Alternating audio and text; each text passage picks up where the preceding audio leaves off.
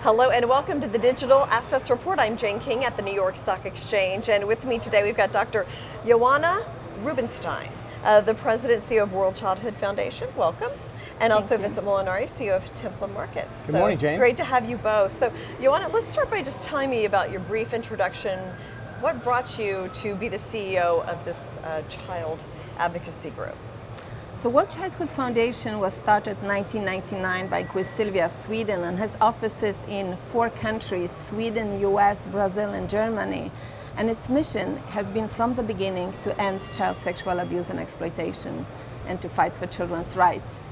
As a good Swede, I was asked by Her Majesty to be on the Childhood Board while I was working at Columbia University, the Earth Institute of Columbia University, on the first Millennium Development Goals and then development of the Sustainable Development Goals. So in 2015, when we already had a set of 17 goals that were going to be adopted at the United Nations, I was very happy that I could be part of that development and also ensure that there is a goal, a special target on goal 16.2, ending abuse, exploitation, trafficking, and all forms of violence and torture against children. So finally, we have actually a global commitment that we will end sexual abuse and exploitation. So go into specifics, like what are the specific action plan that you have to be able to do that? I think first we need to understand that this is a global challenge. It happens in poor countries, it happens in very rich countries. We have probably at least 1 in 10, if not 1 in 5 children being sexually abused before the age of 18. Wow, and that's globally? That's 1 in globally, 5. yes. Which means that, you know, a lot of children have been abused, and in 90% by someone they know.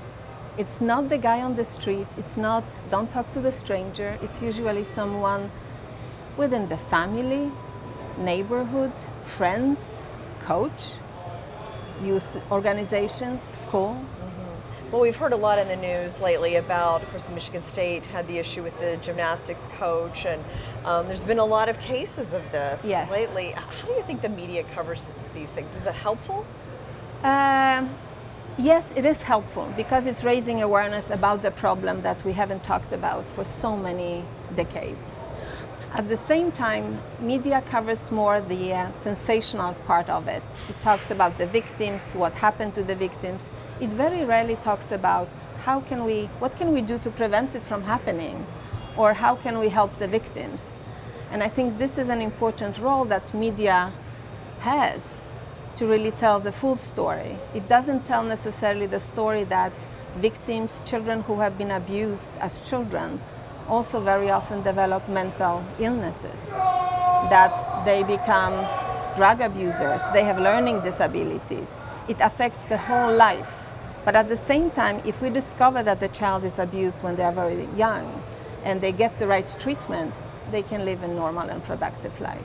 Now, Vince, I know some of these causes have been something that's been very important to you and your work with the UN and so forth. I mean, like, how do you see kind of, you know, technology and blockchain playing a role in helping to prevent this? Hugely important, and thank you to the great work that the doctor's done and bringing awareness and moving this forward. But I think what we have today is an inflection point where media and social media, right? This is a very uncomfortable conversation.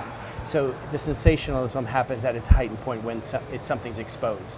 But I think the fact that we think about this, 50-odd million people, maybe more in the world, that are trafficked either sexually or modern slavery. So, and it's in everyone's backyard. It's not just a far-off land. It's here in the US, it's in every city, it's every country around the world. So as we bring visibility and awareness, and I think through social media, how do we move that to action? And I think blockchain and smart contracts and having identity for individuals so they can't just disappear, right? So we have these tools at our disposal today that we didn't just have a couple of years ago. So how do we bring this real atrocity that's happening globally, and we continue to say we're never going to let something like this happen again, but yet it's happening every day.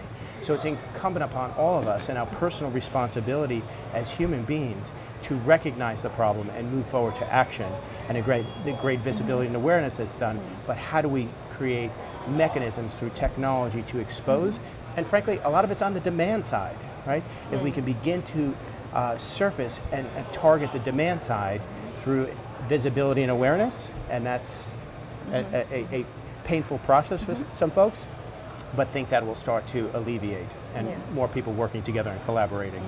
And technology is a contributor to the problem, but you are also using it to educate and prevent the problem as well with an app. So tell us about the app. So the mobile app that we created, Stewards of Children Prevention Toolkit, which you can all download. It's free, right? It's free. iOS, Android. Yes, everything. we did it in partnership with an organization, Darkness to Light, who has been working for many years, also soon 20 years, and has trained more than 1.3 million people how to prevent child sexual abuse from happening, how to talk to a child, how to recognize the signs, and where to report. And we also got support from Ericsson, that as a company developed this mobile app for us. I think Ericsson understands that the same technology that brings development and access to markets and access to education and healthcare can be misused. And I think we also understand that many of the solutions can come through technology. So what I would also like to mention is that Childhood in Sweden was very proactive long time ago, more than 10 years ago, and helped to fund a small company at that time called NetClean. It's a surveillance system especially for companies that can make a decision that we have zero tolerance for child pornography or child sexually explicit pictures. And what that surveillance system does, it actually tracks who is downloading child pornography. And this is not about blocking different URLs, different websites. This is really things that are happening. That's terrific. And that particular technology is now being used in 111 countries, and many of the law enforcement, and it's working together with police and Interpol. And so these are particular steps that I feel even the companies, not necessarily in ICT space, can take and make sure that they have a clean house themselves, but that they also educate their employees or sometimes their customers how to protect their own children, and also that this is a criminal act and we have ways to stop it.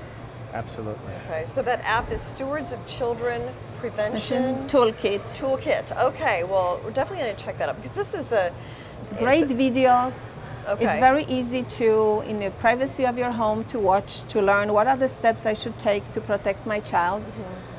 And I think the signs too.